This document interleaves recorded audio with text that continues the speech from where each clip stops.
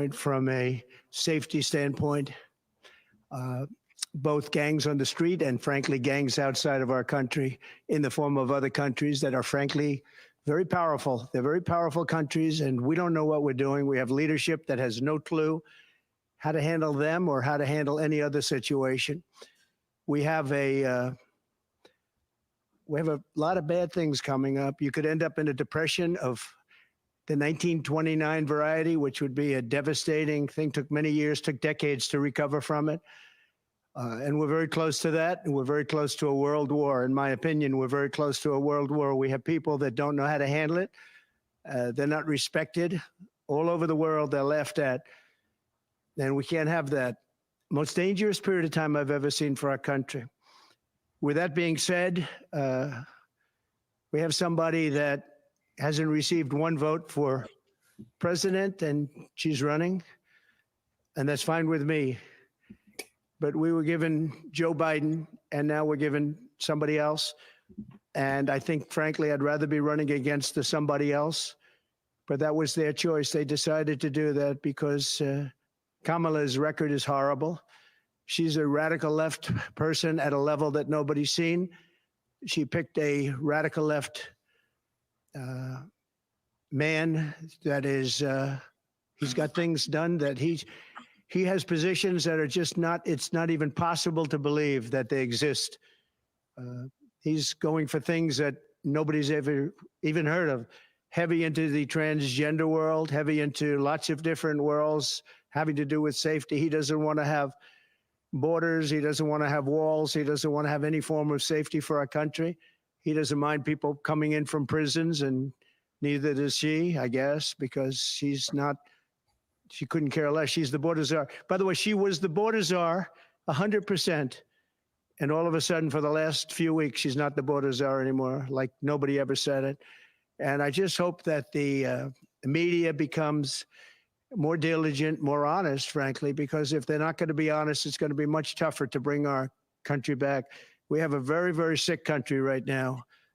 You saw the other day with the stock market crashing. That was just the beginning.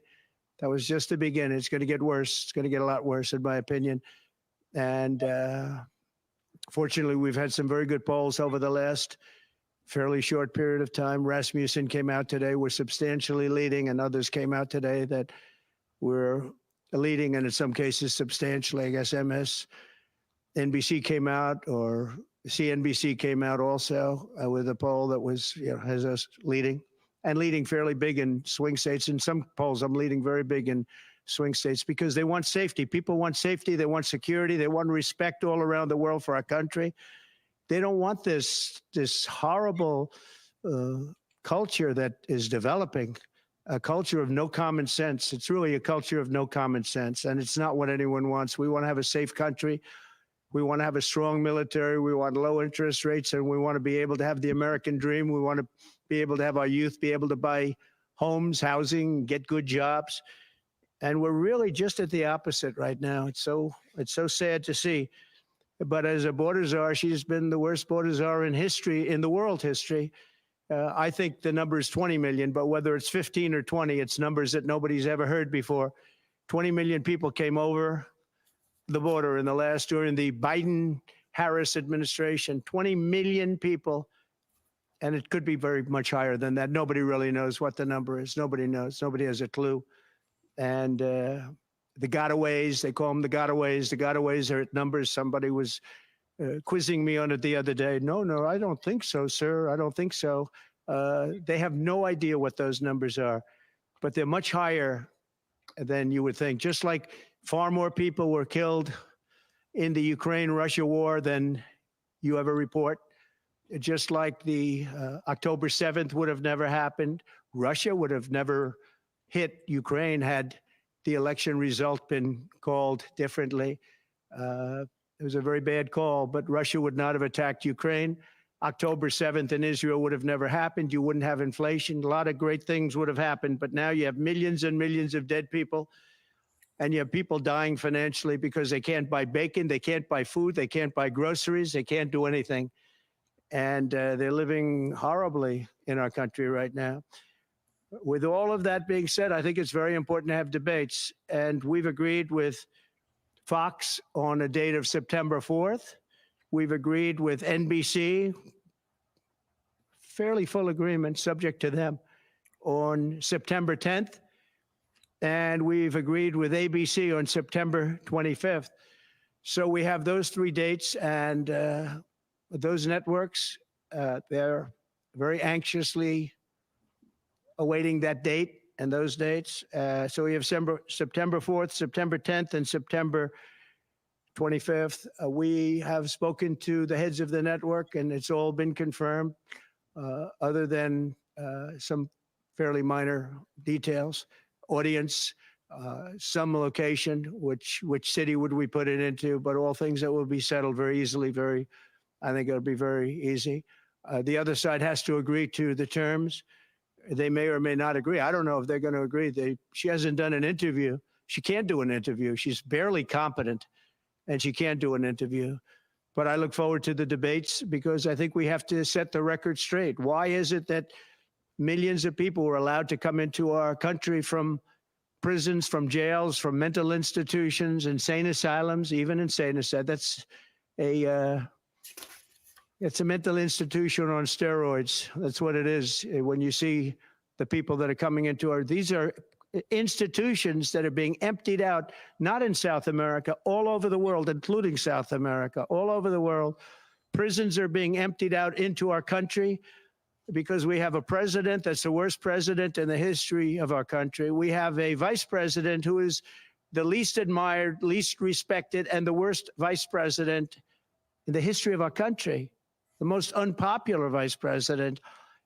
And because of political reasons, or because of being politically correct, even though she never received a vote. Don't forget, she was the first one defeated, as I remember it, because I watched it very closely, but she was the first one. She never made it to Iowa, the first state. She never made it to Iowa. She was the first one that was defeated. She was the nastiest to him. She was nasty with calling him a racist and the school bus and all of the different things. She was very nasty to Biden.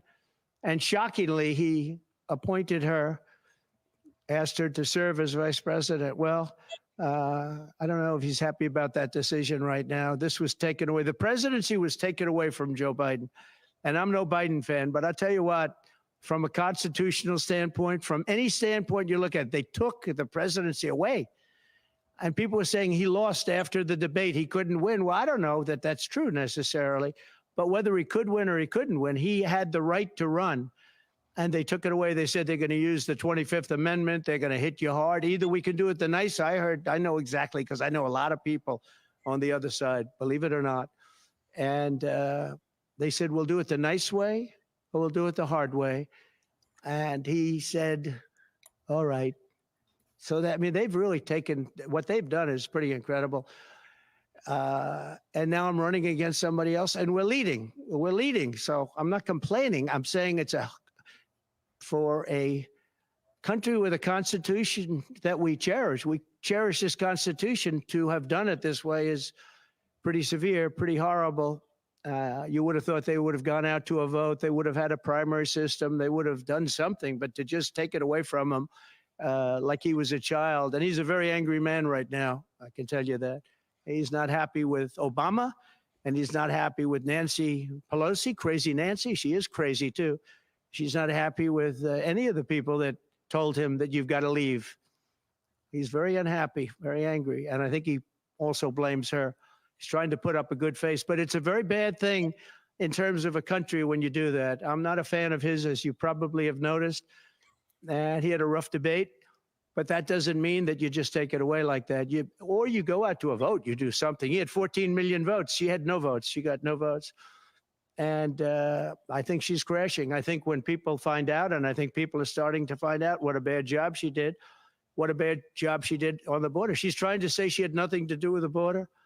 She had everything. She was appointed to head the border. And then they said, border czar, oh, she loved that name. She loved that name, but she never went there.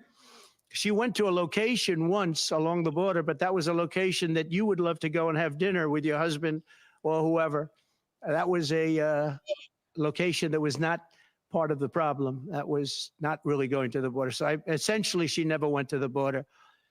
And if you listen to Tom Homan, if you listen to the great border people, Brandon Judd from Border Patrol, if you listen to Paul, I mean, so many different people. I speak to them all the time.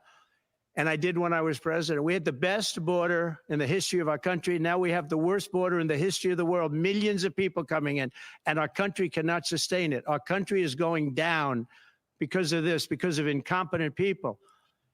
So I just look forward to these debates. I think it's very important that we have them. I hope she agrees to them, September 4th, September 10th, September 25th.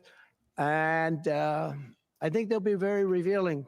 I think they'll be very revealing. Do you have any questions, please?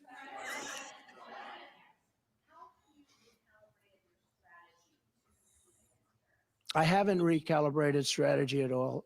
It's the same policies, open borders, weak on crime.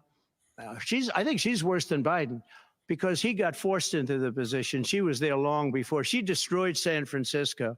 She destroyed California as the AG. But as the DA, she destroyed San Francisco. A friend of mine, Bob Tisch, all know the Tisch family. He was in many cities with companies. He said the greatest city in the country is San Francisco. That was about 20 years ago. And he passed away a while ago, and he would be looking down and said, what happened? He thought it was the best city in the country. He had divisions there, lows. And he would be looking down in horror now when he sees she destroyed no cash bail, weak on crime. She's terrible. And yet they weaponized the system against me. They have me. I got so many lawyers. Now they want to delay cases. I won the big case in Florida. I won the big case. Nobody even wrote about it. The big case, the judge was a brilliant judge. And all they do is they play the ref with the judges. But this judge was a fair but brilliant judge. And as you probably heard, the big documents case, I won it. Now, Biden lost it because he didn't have presidential immunity. He didn't have the Presidential Records Act. He lost it. But the special, I call it prosecutor, special counsel, special prosecutor to me, he appointed by him, appointed by Garland, he said the man's incompetent. He can't stand trial, but he can run for president. But we no longer have to worry about that because we have somebody that, in my opinion, is more incompetent. She couldn't pass her bar exam and lots of other things. And she should not be in a position because if she becomes president, our country is going to be a giant fail. It's going to fail. It's going to be a failure the likes of which this world has never seen. Yeah, please. All right, how about you?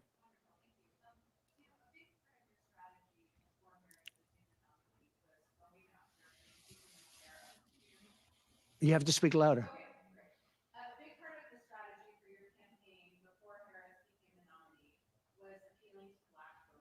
Yeah.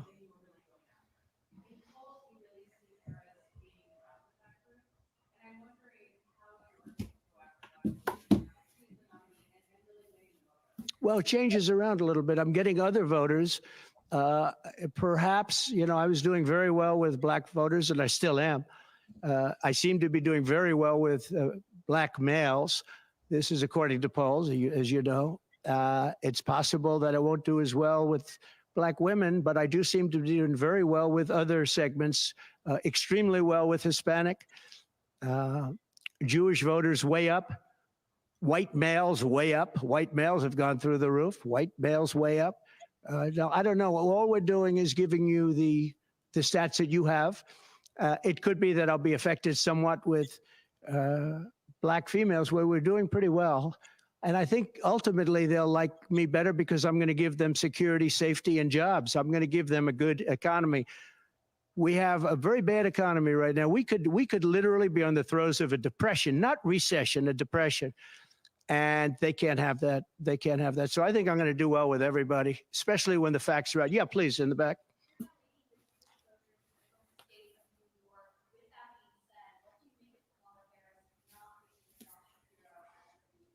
Well, I don't know. I know Josh Shapiro. He's a terrible guy, and he's not very popular with anybody. I think that this election maybe is better than Josh Shapiro would have been. But I think other than Josh Shapiro, I think she had some good choices. But Josh Shapiro is not one of them. He's caused a lot of damage with a lot of people. And I don't think he would have been better. I think he would have been maybe the equivalent, maybe not as good. But they had some people that they were looking at that were good, far superior to her. They actually had a story where they had everybody, including, they had like 10 people that she was looking at and her. And they said she was the worst of all. In other words, she was the worst out of the 10 people and her.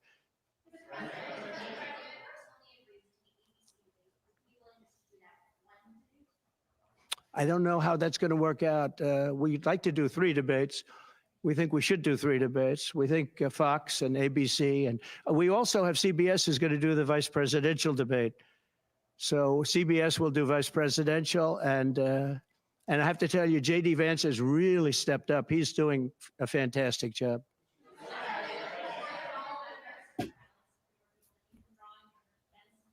Say it. Are you worried at all about the size of Harris's crowds? Oh, give me a break. Listen, I had 107,000 people in New Jersey. You didn't report it. I'm so glad you asked. What did she have yesterday? 2,000 people? If I ever had 2,000 people, you'd say my campaign is finished. It's so dishonest, the press. And here's a great example. I had in Michigan recently 25,000 people, and 25,000 people we just couldn't get them in. We had in Harrisburg 25,000 people, and 20,000 people couldn't get in. We had so many, nobody ever mentions that. When she gets 1,500 people, and I saw it yesterday on ABC, which they said, oh, the crowd was so big. I have 10 times, 20 times, 30 times the crowd size. And no, they never say the crowd was big. That's why I'm always saying, turn around the cameras. I'm so glad you asked that. I think it's so terrible when you say, well, she has 1,500 people, 1,000 people, and they talk about, oh, the enthusiasm. Let me tell you, we have the enthusiasm. The Republican Party, and me as a candidate, but the Republican Party has the enthusiasm because people want to see crime stopped. They want to see a country that's respected. Think of it. If I were president, you wouldn't have Russia and Ukraine, where it never happened, 0 chance. You wouldn't have had October 7th of Israel. You wouldn't have the horrible withdrawal.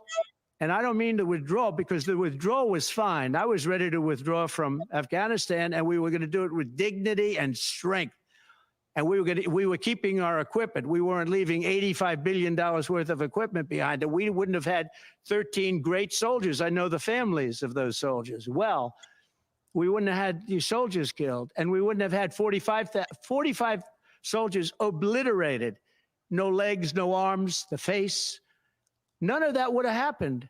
And you wouldn't have had inflation. You wouldn't have had any inflation, because inflation was caused by their bad energy problems. Now they've gone back to the Trump thing because they need the votes. I don't know if you know, they're drilling now because they had to go back because gasoline was going up to $7, $8, $9 a barrel. So they said, we better do what Trump. But the day after the election, if they won, you're going to have fuel prices go through the roof.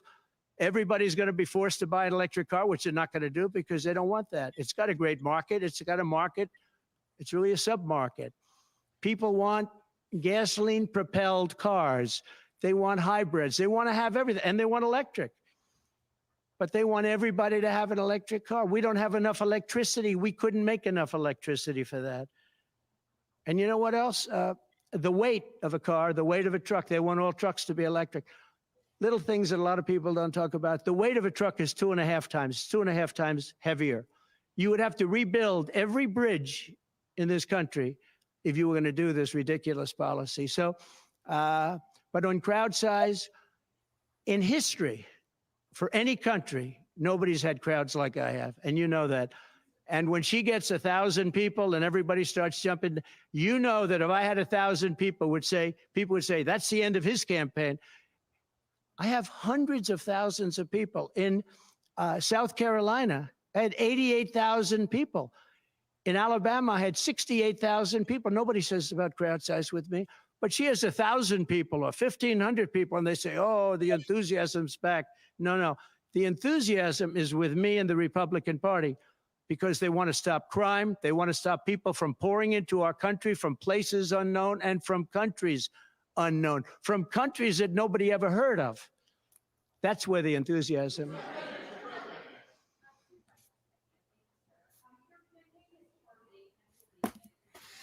Yeah.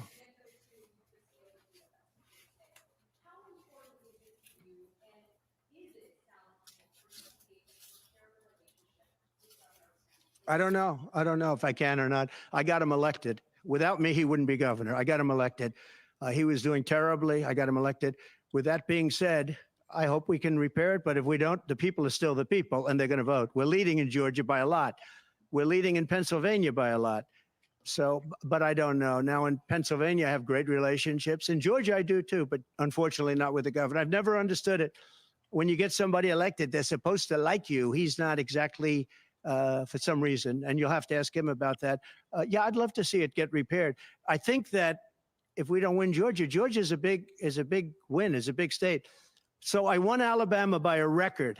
Nobody's ever gotten that many votes. I won South Carolina by a record. You don't win Alabama and South Carolina by records and lose Georgia. It doesn't happen. And the people of Georgia understand that. There was tremendous anxiety and problems in Georgia. A lot of people say, what happened? And we have to, all we want is honest elections. If we have honest elections in Georgia, we have honest elections in Pennsylvania, we're going to win them by a lot.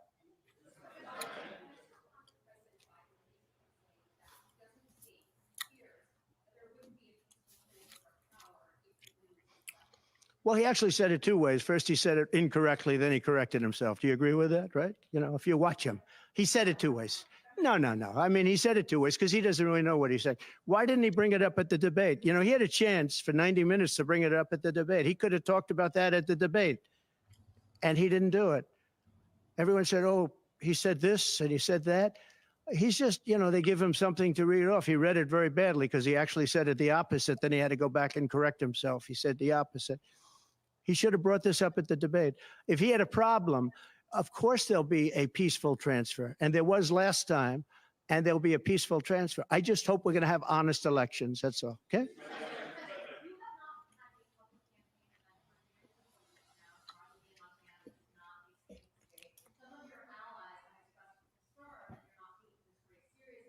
What a stupid question this is. Because I'm leading by a lot and because I'm letting their convention go through and I am campaigning a lot. I'm doing tremendous amounts of taping here. We have commercials that are at a level I don't think that anybody's ever done before.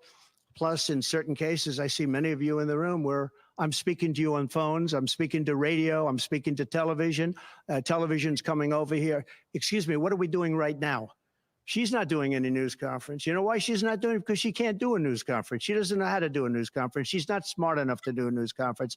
And I'm sorry, we need smart people to lead this country because our country's never been in this danger before, both economically and from an outside perspective. Russia doesn't respect us anymore. China doesn't respect us anymore. North Korea, Kim Jong-un liked me a lot. He doesn't like this group. We are in great danger. We're in great danger of being in World War III. That could happen.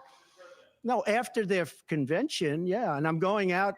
Actually, I'm going out to certain places to help certain senators get elected. Not even for me. I'm trying to help when I go out to Wyoming or when I go out to Montana, or I'm going to different places to help people. And I don't have to go there because I'm leading those states, as you know, by 35, 40, 50 points. I'm leading by record numbers. I'm going because I want to help senators and congressmen get elected. Congressmen and women get elected. Yes, please. Yeah, go ahead. The upcoming what?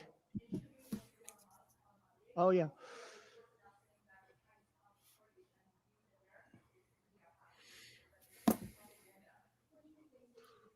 Yeah, the Elon Musk. So, yeah, sure. So Elon called me. As you know, he endorsed me full-throated. Great endorsement. I respect Elon a lot. He respects me. And not easy for him to endorse, to be honest with you. You know, it takes courage to endorse people. Many people have courage, and many people don't. He does have courage. And Elon endorsed me, and he asked me whether or not I'd do a show on Monday, and I think it's going to be Monday night. And I believe he's the host of the show. So it'll be very interesting. A lot of people are talking about it. I look forward to it. That'll be done on Monday night.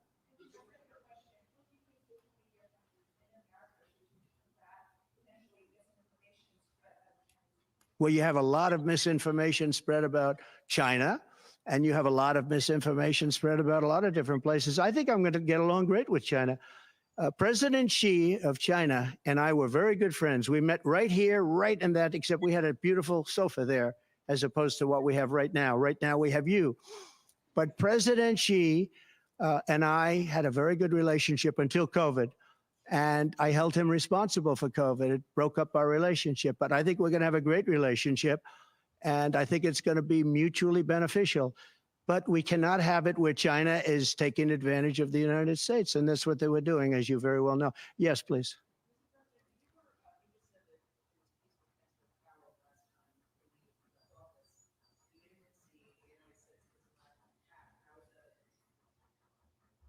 What's your question?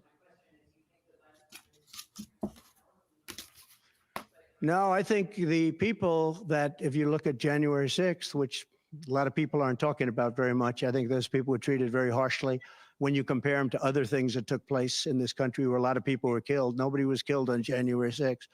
But I think that the people of January 6th were treated very unfairly. And they were there to complain, not through me, they were there to complain about an election. And, you know, it's very interesting. The biggest crowd I've ever spoken to, and I said peacefully and patriotically, which nobody wants to say, but I said peacefully and patriotically. The biggest crowd I've ever spoken to, and you've seen, Maggie, I was at the mall, I was at the Washington Monument, I was at the whole thing. I had crowds, I don't know who's ever had a bigger crowd than I have, but I had it many times. The biggest crowd I've ever spoken before was that day. And I'll tell you, it's very hard to find a picture of that crowd. You see the picture of a small number of people relatively going to the Capitol, but you never see the picture of the crowd. The biggest crowd I've ever spoken, I've spoken to the biggest crowds. Nobody's spoken to crowds bigger than me. If you look at Martin Luther King, when he did his speech, his great speech, and you look at ours, same real estate, same everything, same number of people, if not, we had more.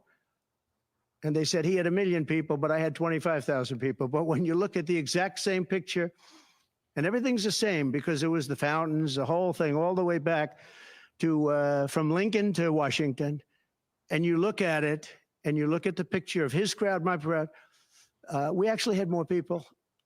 They said I had 25,000, and he had 1 million people, and I'm okay with it because I liked Dr. Martin Luther King. Yeah, please.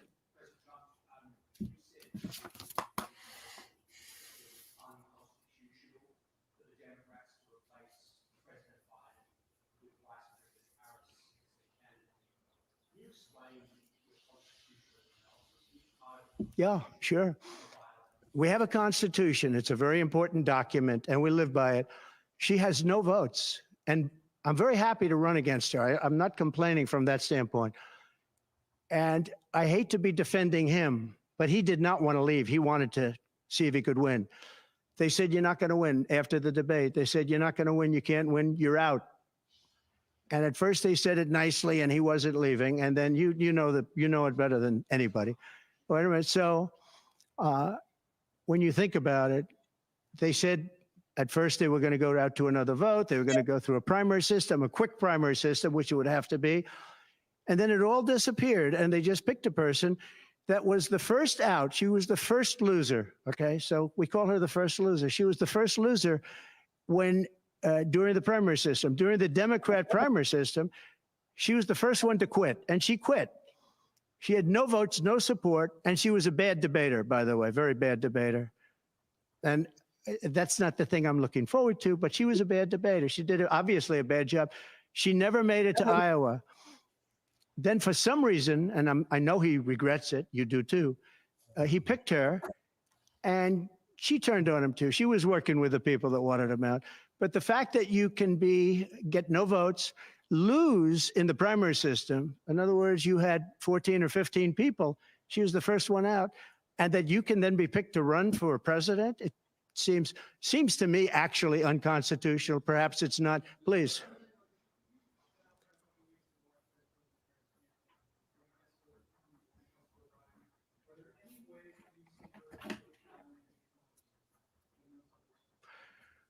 So I've run against Hillary, and I've run against various other people. I would say that in terms of intelligence, Hillary was far superior. I would say that. Hillary was smart. She was her own worst enemy in many ways, but she was smart, very smart. Okay? If you ask me to compare them, please.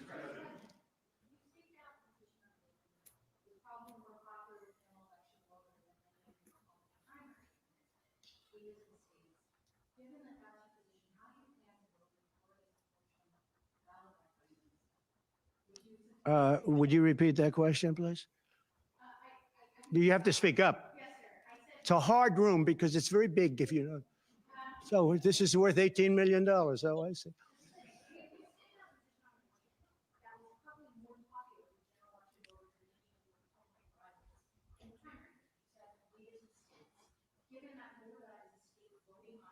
Yeah.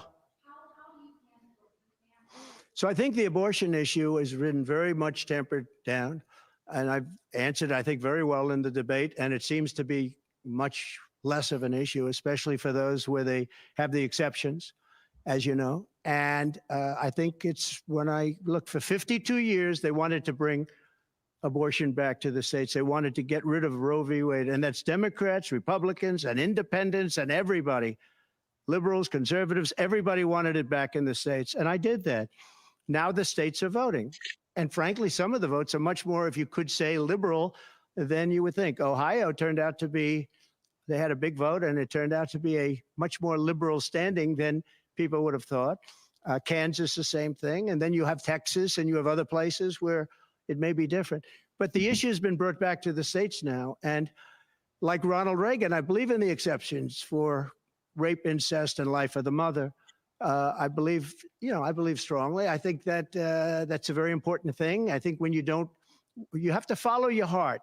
But when you don't believe in the exceptions, I think it's much tougher. It's a much tougher issue. But about 82% of Republicans do believe in exceptions. I think and a lot of them are changing their mind and coming even further.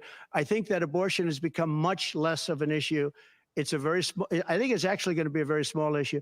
What I've done is I've done what every Democrat and every Republican wanted to have done, and we brought that issue back to the states. And now the states are voting on it. And frankly, some of the votes are a lot different than people would have thought. But it's the vote of the people is taking care of it. And, you know, when you think about the Democrats are really the radical ones on this because they're allowed to do abortion on the 8th and 9th month and even after birth. If you look at your new governor from Minnesota, he's like the governor previous, the former governor. I don't want to get him mixed up because Glenn is doing a good job and he's leading our whole campaign in Virginia, Glenn Youngkin. But previous to Glenn, the governor, he said, the baby will be born. We will put the baby aside and we will decide with the mother what we're going to do. In other words, whether or not we're going to kill the baby. The Minnesota gentleman, this guy agrees with that. He is the most liberal. Look, between her and him, there's never been anything like this. There's never been a combination. So I'll use the word progressive. You know, they want to go progressive. They don't like the word liberal. I like liberal better. I think it's more appropriate because nobody knows what progressive means. But they now like to use the word progressive. But there's certainly never been anybody so liberal like these two, or even close. I think the abortion issue has been taken down many notches. I don't think it's a big factor anymore, really. And when people hear what I said in the debate, and I think I said it very well during the debate, we brought it back to the states. Everybody wanted it in the states. And very importantly, and you think about this, assuming you have exceptions. If you don't have exceptions, it's a more difficult thing. At the same time, there are people that strongly feel that way, and you have to follow your heart, and you should follow your heart. But that issue is very much subdued. Yeah, thank you. About who? Yes.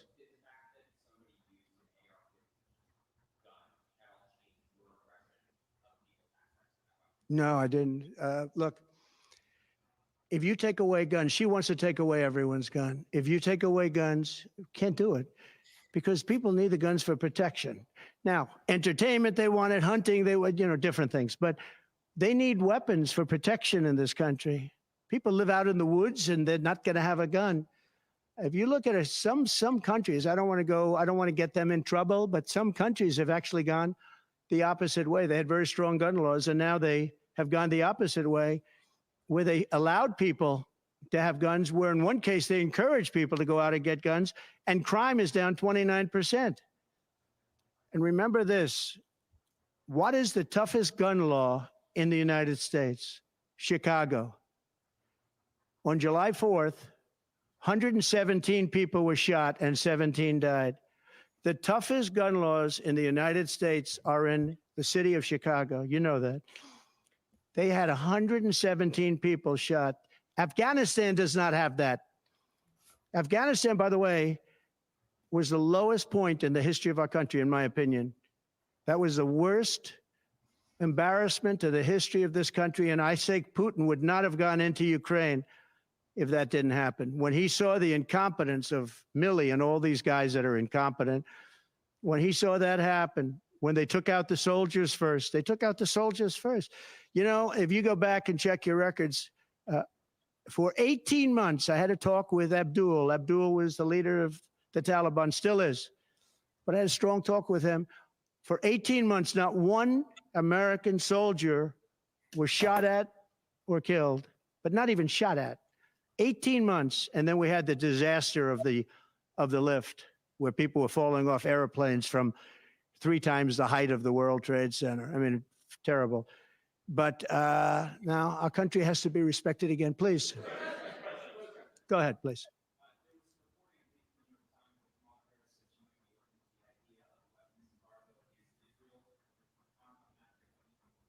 I'd be against that. That Kamala is in favor of not giving Israel weapons? Yeah. That's what I hear. Look, she's been very, very bad to Israel, and she's been very bad to Jewish people. And I say it, if anybody I know is Jewish and they would vote for Kamala over me, they should have their head examined. If you think about it, I gave them Golan Heights. I gave them the capital of Israel, Jerusalem. I even built the embassy. I gave them no Iran deal. The problem is they didn't do anything with it. Iran was broke. We could have made a deal so easily. I would have had a deal done within 1 week after the election with Iran. Iran can't have a nuclear weapon. It's very simple. We would have gotten along with Iran. I was looking forward to it. I was fine with Iran. We hit them a couple of times pretty hard, but we would have been fine with Iran. But I terminated that deal. I got them the Abraham Accords. Everyone said that's impossible. I got them the Abraham Accords.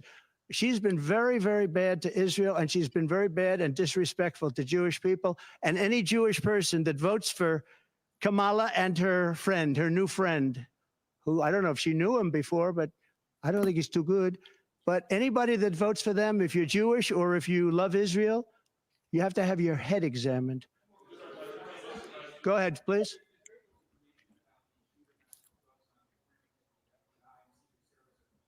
They have. The FBI came to see me about the shooter. I think they've done a very good job. And I think they did a very good job with respect to this other lunatic that they have in custody. Please.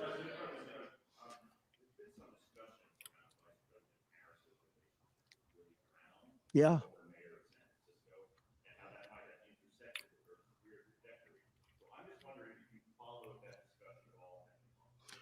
Well, I know Willie Brown very well. In fact, I went down in a helicopter with him. We thought maybe this is the end. We were in a helicopter going to a certain location together, and there was an emergency landing. This was not a pleasant landing, and Willie was, he was a little concerned. So I know him pretty well. I mean, I haven't seen him in years, but he told me terrible things about her. But this is what you're telling me anyway, I guess. But he had a big part in what happened with Kamala. But I don't know, maybe he's changed his tune, but he was not a fan of hers very much at that point.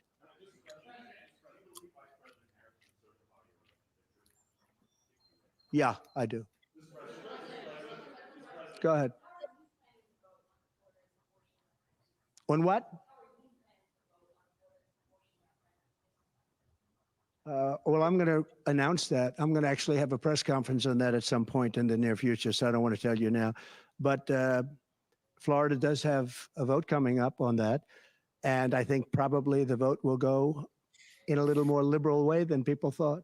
But I'll be announcing that at the appropriate time. Please.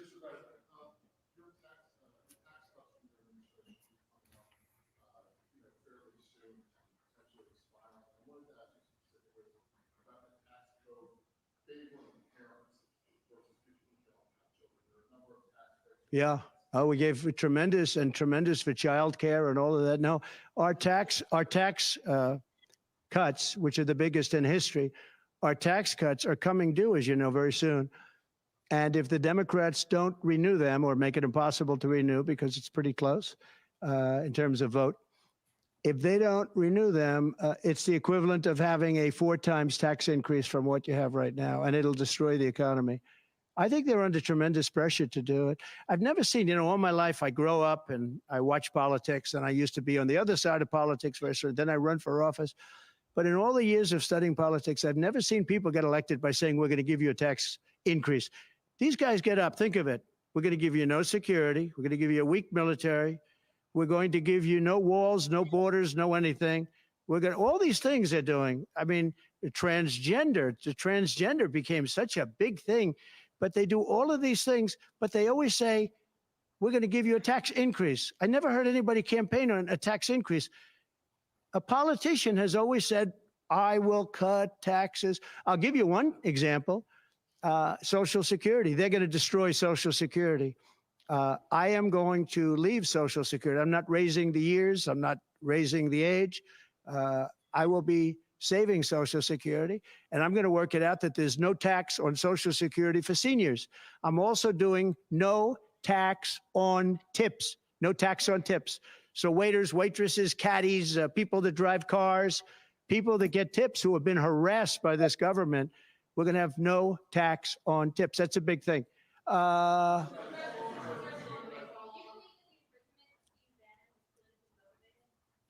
Oh, absolutely. Sure. Because other people have done far bigger things than Steve Bannon. Sure, it's politically motivated. I think it's a horrible thing they did. Look, they've weaponized government against me.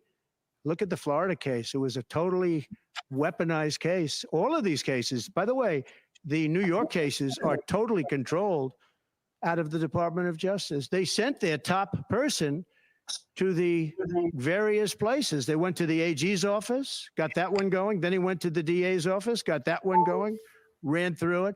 No, this is all politics, and it's a disgrace. Never happened in this country. It's very common that it happens, but not in our country. It happens in banana republics and third world countries, and that's what we're becoming.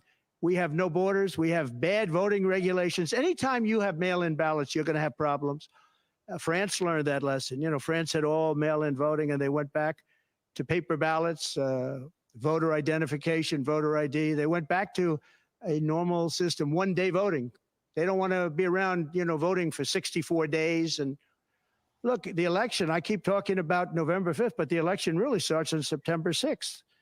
That's when it starts because it's early voting. We should have one-day voting. We should have paper ballots. We should have voter ID, and we should have proof of citizenship. Please.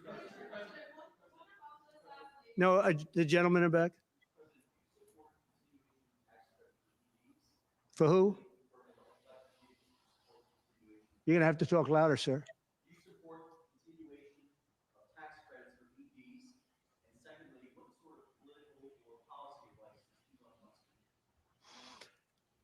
Elon is a very different kind of a guy. He's a very big believer in the country, but he's very worried about the country. He's very worried about the country. And I don't know if it's good for him politically to have supported me, although I think we have a vast majority of this country does support me. But Elon, more than almost anybody I know, I mean, he loves this country. He loves the concept of the country. But like me, he says this country is in big trouble. It's in tremendous danger. Okay, please.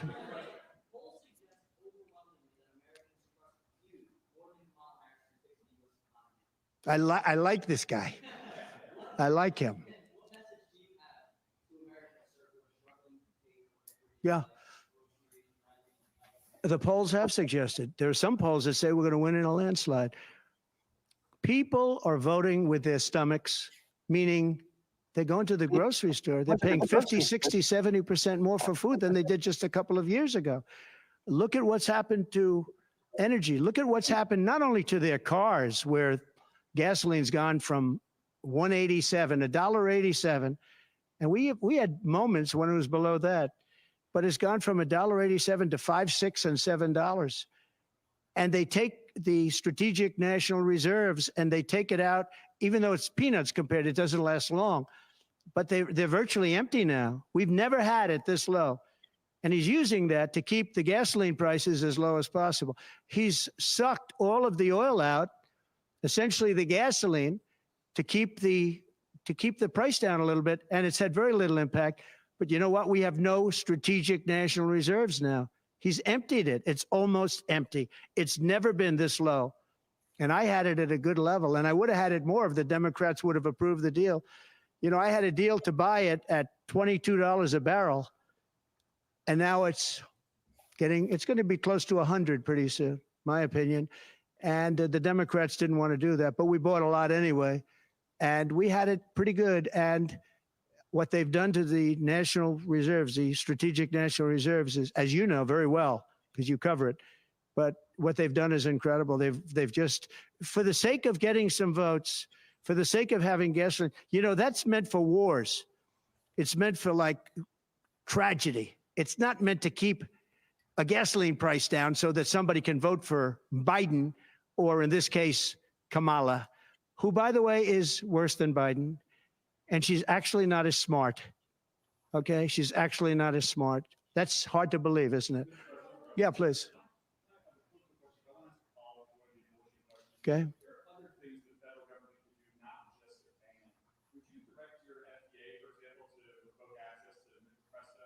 Sure, you could do things that would supplement, absolutely. And those things are pretty open and humane.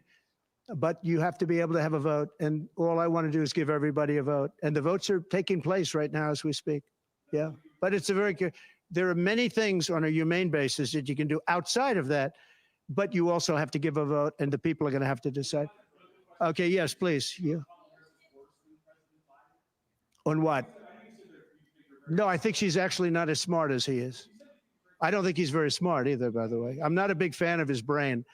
But I think that she's actually not as smart as he is.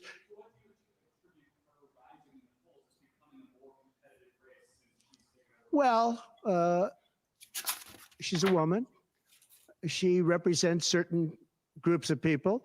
But I will say this. When people find out about her, I think she'll be much less. And I see it right now. I see her going way down in the polls now.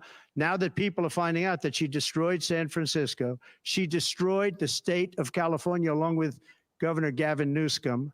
Well, he's been a terrible governor, terrible. But they did it together. And she was early. I mean, she was the first of the prosecutors, really. You know, now you see Philadelphia, you see Los Angeles, you see New York, you see various people that are very bad. But she was the first of the bad prosecutors. She was early. Who? Would you repeat that, please? No, you. Would you repeat her, what she said?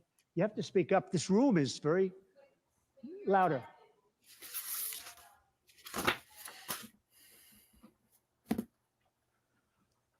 Do you hear her? A daily press briefing? Why would I do that? I would give you all the press briefings you want. Look what I'm doing here. But why would I do a daily press? You'd get tired of me very fast. No, but I will give you total access, and you'll have a lot of press briefings, and you'll have from me. Now, are you talking about from me or from a press secretary? Well, yeah, probably they'll do something. If it's not daily, it's going to be a lot. You'll have more than you want. Yeah, please.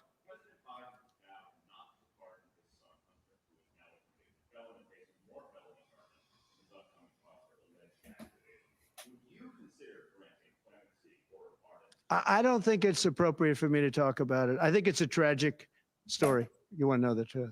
And I felt that with Hillary Clinton, too. You know, with Hillary Clinton, I could have done things to her that would have made your head spin. I thought it was a very bad thing. Take the wife of a president of the United States and put her in jail. And then I see the way they treat me. That's the way it goes. But I was very protective of her. Nobody would understand that, but I was. I think my people understand it. They used to say, lock her up, but I'd say, just relax, please. We won the election. I think it would be I think it would have been horrible for our country and we had her between the hammering of all of the files. And don't forget, she got a subpoena from the United States Congress. And then after getting the subpoena, she destroyed everything that she was supposed to get. I thought it was so bad to take her and put her in jail, the wife of a president of the United States. And then when it's my turn, nobody thinks that way. I thought it was a very terrible thing. And she did a lot of very bad things. I'll tell you what, she was pretty evil. But in terms of the country and in terms of unifying the country, bringing it back, to have taken her and to have put her in jail, and I think you know the things as well as I do. There were some pretty bad acts that she did. I think it would have been very bad for our country. And a lot of my people, a lot of the MAGA, as they call them, but the base. And I think the base is 75% of the country, far beyond the Republican Party, because we're a party of common sense. And I'm a person of common sense. I want to have low taxes. I want to have strong borders. I want to have a strong military so that China and Russia, look, they've allowed China and Russia to do the impossible combined. They're natural enemies. They always have been, because China needs more land and Russia has it. They've always been natural enemies. And because of Obama, it started with him, and then Biden, because he didn't know what the hell he was doing, they've now become one force. And then now they're adding Iran to it, and they're adding North Korea to it. Pretty powerful force. This is something that is unthinkable that they allowed to happen.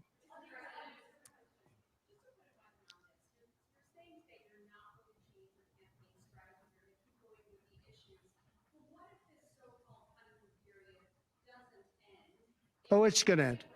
The honeymoon period's going to end. Look, she's got a little period. She's got a convention coming up. It's about policy. It's not about her. I think she's incompetent because I've watched her. She destroyed California. She destroyed San Francisco. Everything she's touched has turned to bad things. I'm not going to use foul language, but everything she's touched has turned bad. She's incompetent. The reason she's not doing what I do, and she's not doing what she should be doing, she won't even do interviews with friendly people because she can't do better than Biden. Now, he had a reason for not doing well, and he was never, 25 years ago, the sharpest or brightest bulb in the ceiling. That I can tell you, okay? He wasn't. But he could do interviews at least. Not lately, he couldn't, perhaps. But she should be doing interviews. She doesn't want to do interviews. And the reason she doesn't is, number one, her policies are so bad. Just to answer your question, I think that it's not going to change because it's really ultimately not about her as much as about her policies. She wants open borders. She wants to defund the police. She wants to defund the police. She wants to take away your guns. Anybody that thinks they're not going to come after your guns, you know, when I was president, I totally protected the guns. And I think it's very important. And I know I take some heat sometimes for it, but you have to have safety. You have to have, when the bad guy walks in with a gun, you got to have some way of protecting yourself. And boy, that would be, you would see crime go up at levels that you've never seen. When people say on this side of the house, this house has guns, we will use the guns, they say, let's pass. We'll go someplace else. You have to have them.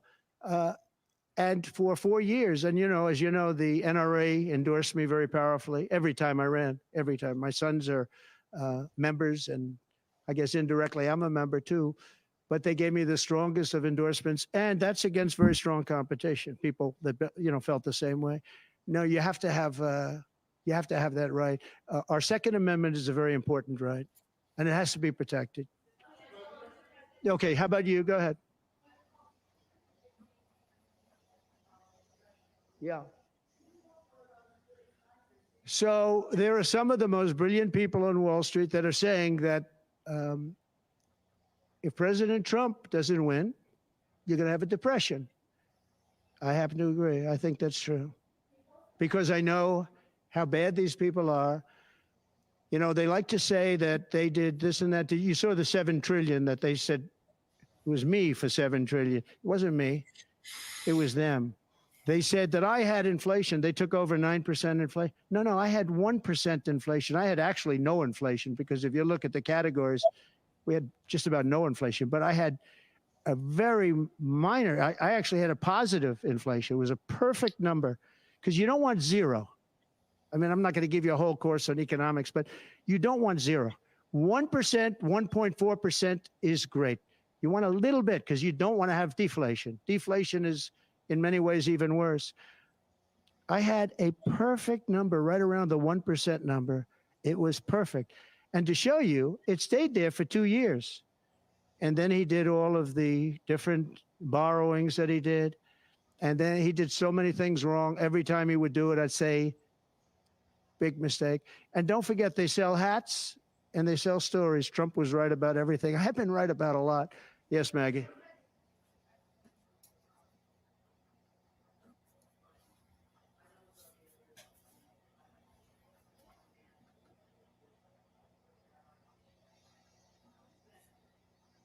Well, we had a commission like other people do, and it's always complicated and it's always controversial. And we had commissions that, and I think of respected people, you know, many of the people on the commission, and they would recommend to me certain pardons for certain people. Some people were treated very harshly.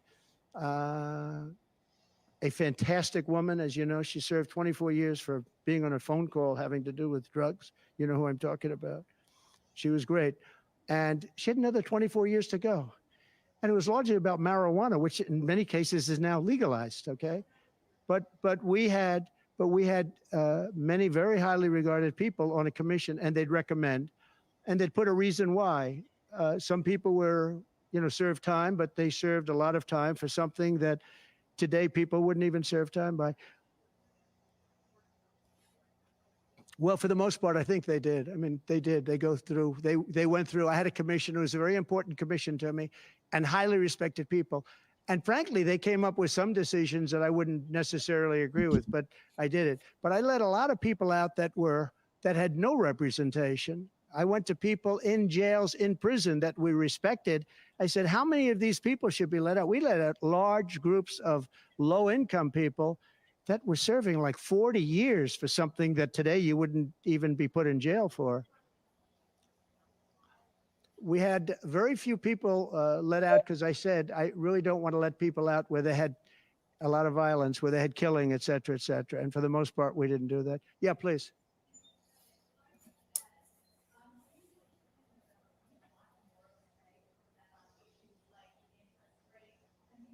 On defense? Ah, Federal Reserve. Right. Well, look, the Federal Reserve is a very interesting thing, and it's sort of gotten it wrong a lot. And he's tending to be a little bit late on things. He gets a little bit too early and a little bit too late. And, you know, that's very largely it's a gut feeling. I believe it's really a gut feeling. And I used to have it out with him. I had it out with him a couple of times very strongly. I fought him very hard. And, you know, we get along fine. We get along fine. But I feel the president should have at least say in there. Yeah, I feel that strongly. I think that in my case, I made a lot of money. I was very successful. And I think I have a better instinct than, in many cases, people that would be on the Federal Reserve or the chairman. Yeah. Yeah.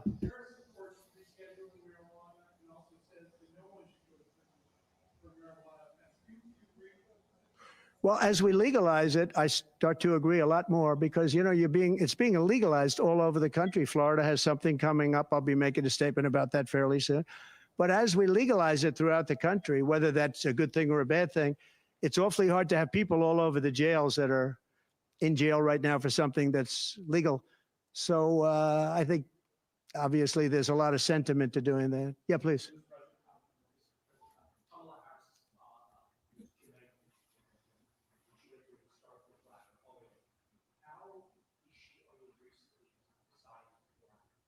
Well, you'll have to ask her that question because she's the one that said it. I didn't say it. So you'll have to ask her, and I very much appreciate that question, but you'll have to ask her. But I've known her for a long time. I actually contributed to her campaign a long time ago because I was a developer. I contributed to lots of campaigns of Democrats, Republicans, and some were liberal and some were conservative. But you'll have to ask her about that. But to me, it doesn't matter. But to her, from her standpoint, I think it's very disrespectful to both, really. Whether it's Indian or black, I think it's very disrespectful to both. To me, it doesn't matter. Please, red dress, red dress.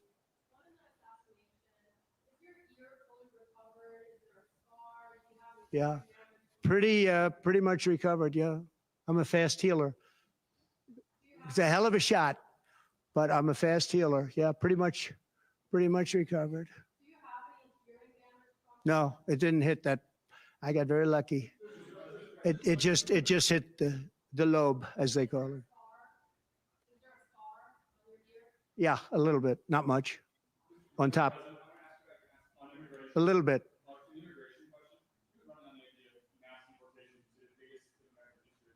Yeah.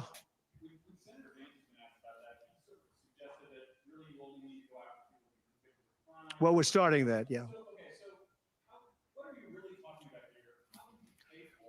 We are going to start the largest mass deportation in the history of our country because we have no choice. It's not sustainable.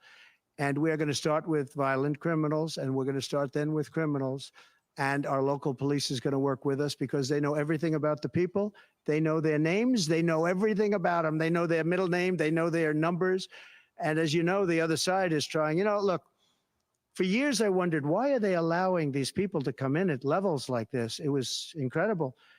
And I said two reasons. They're either really stupid, and I don't believe they're stupid, because anybody that can cheat on elections like they cheat is not stupid. Or, in the alternative, they have bad motives or they hate our country. And I used to think they hate our country. But lately I've seen where they're trying to sign these people up to vote.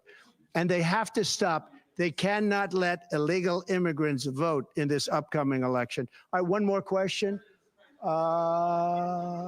Go ahead, one more. Make it a good one, please. Right.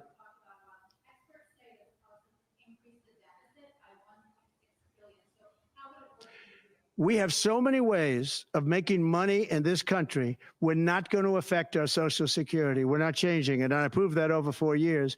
And we're going to do it. It's very unfair to people. They spend their life and they're great citizens and they pay in. We're not going to charge tax to Social Security, the seniors. We're not going to do it. We're not going to charge. And also tax. I say the two things. We're going to have no tax on seniors, Social Security, and we're going to have no tax on tips. Very simple. And we are a country that has so many different ways to make money. We have under our feet more liquid gold, I call it oil and gas, than any country in the world, much more than Saudi Arabia, much more than Russia. We have so many different ways we can make money. We're not going to hurt our seniors with Social Security, and we're not going to charge them tax, okay?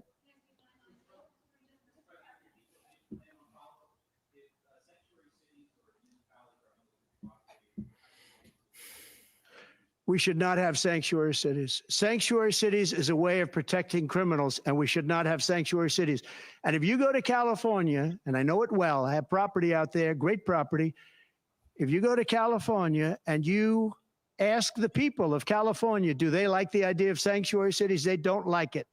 They're tired of it. They're tired of crime. They're tired of what's happened to our country. Our country's become a crime-ridden mess, and we're going to stop it on November 5th. Thank you very much, everybody. Thank you. Thank you. All right. There he goes, leaving the room. All right. I have this down as just over 1 hour and 2 minutes. He took 36 questions, and that's conservative. There were a couple like follow-up type questions. 36 questions that I tracked. I mean, you saw that everything from energy to Kamala Harris's honeymoons, economic stuff, former pardons that he'd given out the Fed, marijuana legalization, Willie Brown, A couple things. He went back a couple times and talked about the preserving, protecting Social Security and no tax on Social Security. I think there's a reason for that, and I'm glad he did that. That plays very, very well with seniors. I think that no tax on tips playing very well, as he said, with waiters, waitresses, drivers, caddies, a whole bunch of folks in the blue collar world that I think that is going to play big for. So I was glad to see him hit there. He said something at the beginning that I want to touch on, and I know a couple of you mentioned this in the chat, so I just want to make sure I get there because I thought it was good. Right off the bat, he said security, safety, and jobs. I thought that was pitch perfect. I think he needs to say that over and over and again. And I watched a lot of you guys in the chat. The more he stuck to policy, the better.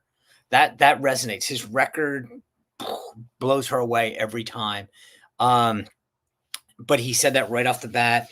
He didn't take the bait on Josh Shapiro, talked about other folks. I think obviously one of the big news issues is agreeing to 3 debates. I'm kind of bummed that he agreed to the ABC debate, but you heard those 3 debates. Let me just read it back out. I put it on my Twitter too, if you're interested.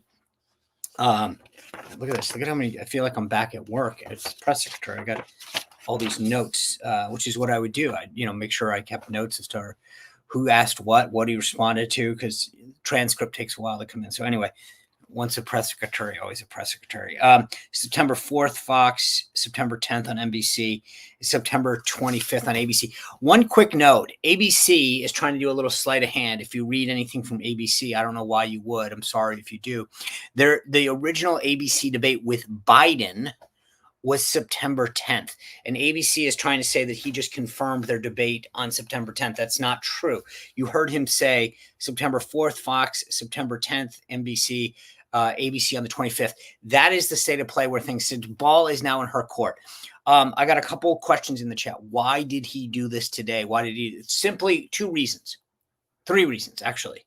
So let's go through this. Reason number 1, he wanted to reclaim the narrative. Every day was a Kamala day.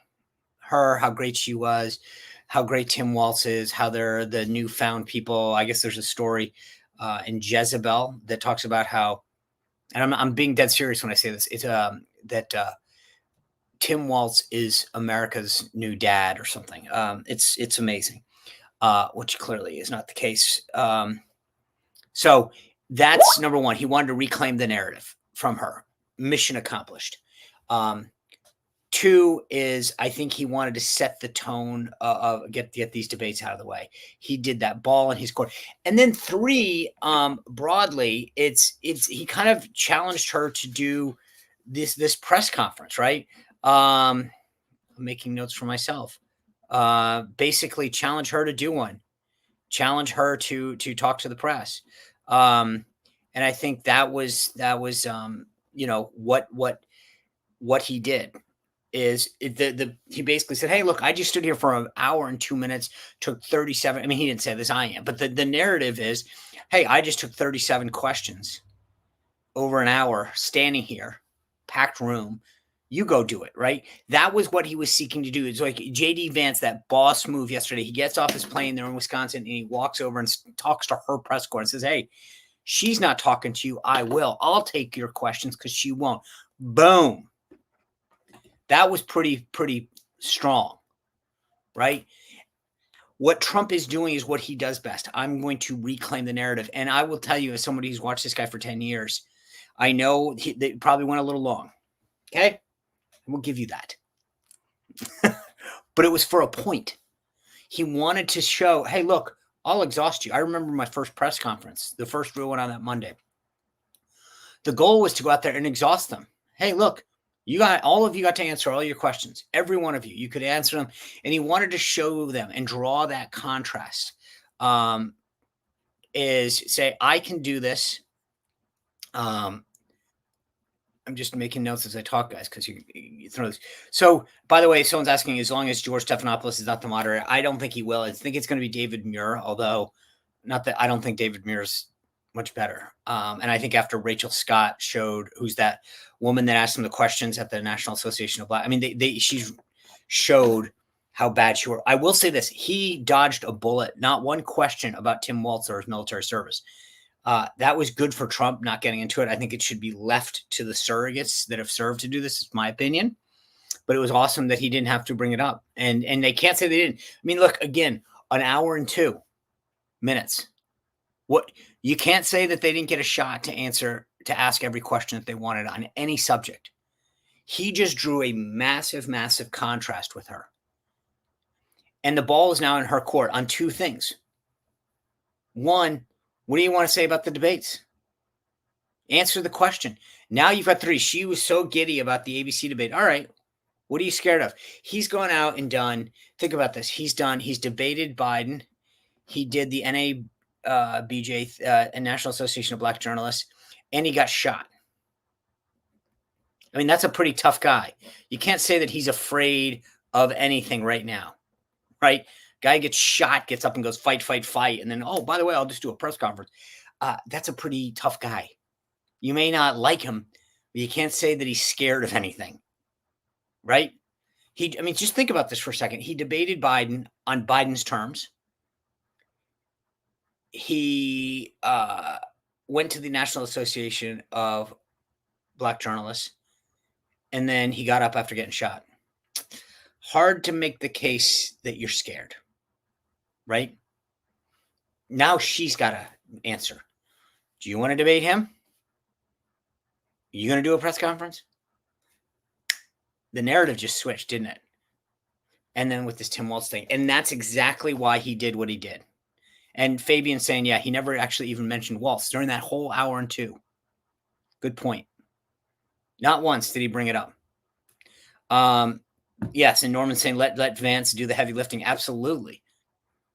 I think, by the way, a couple of you were commenting in the chat about some of the logistics. I agree with you. I get it. But, you saw Trump. He just puts out this thing this morning. I will do it. And that's how he did it in the White House. He'd be like, Sean, tell the press we're doing a press. And I'd be like, okay. And there you have all of the logistical support.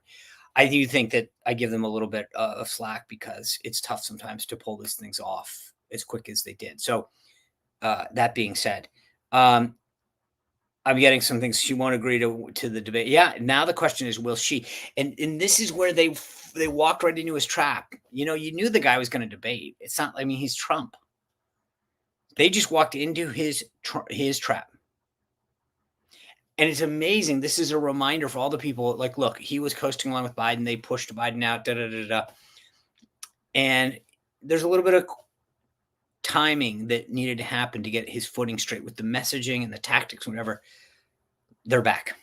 Past 24 hours, the Kamala Harris team screwed up on Tim Walz. Trump capitalized on this. JD was out there on fire. Not just the move, the boss move, showing up to the plane, strong. Then the way he addressed it and the way that he's gone after Walz, he's proven why he's a good pick. Then you got this move today.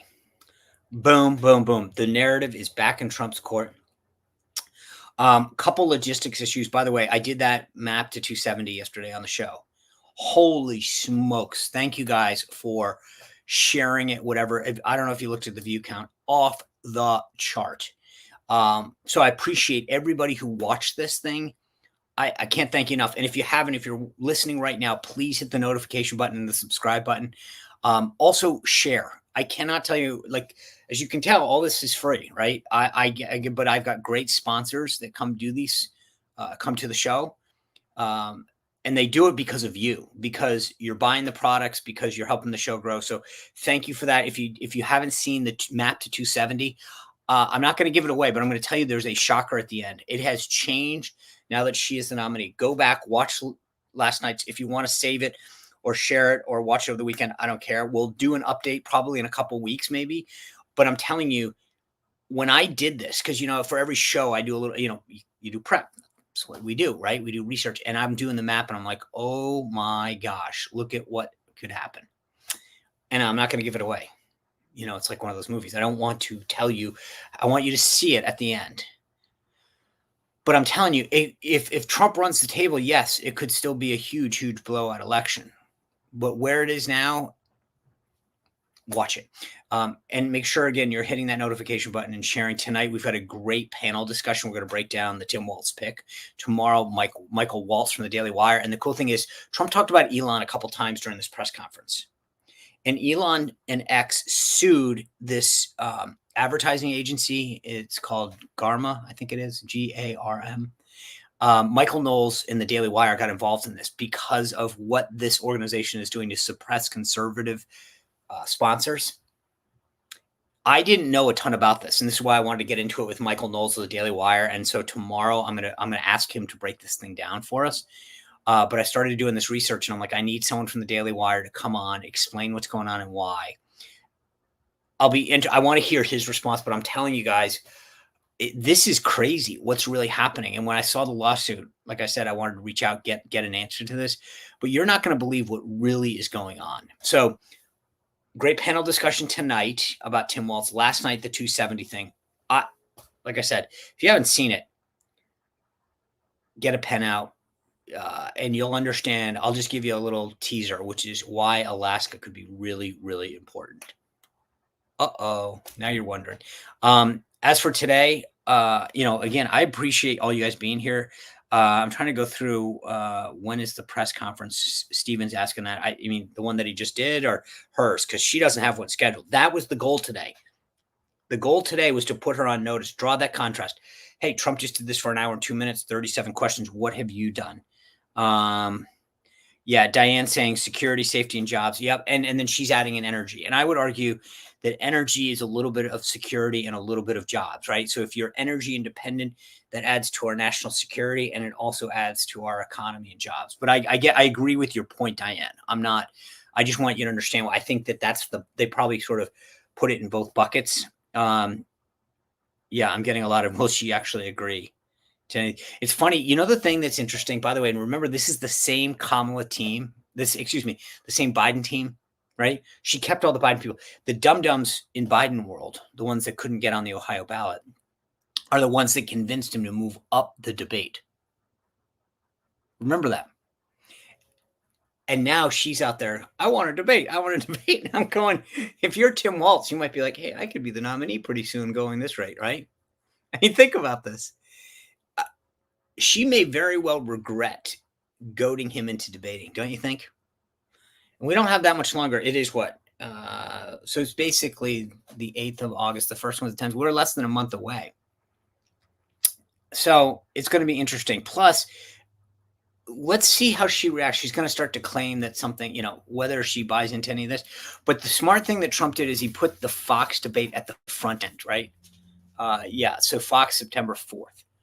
Why that was smart is that she has to basically, in order to get her NBC and ABC, she has to agree to Fox. Smart move. He knows what he's doing, doesn't he? Okay. We've got 2.5 hours till the show premiere. One of the things that I said in the chat that I want to just make sure you guys know, it is super helpful. We premiere the show every night at 6:00. Okay.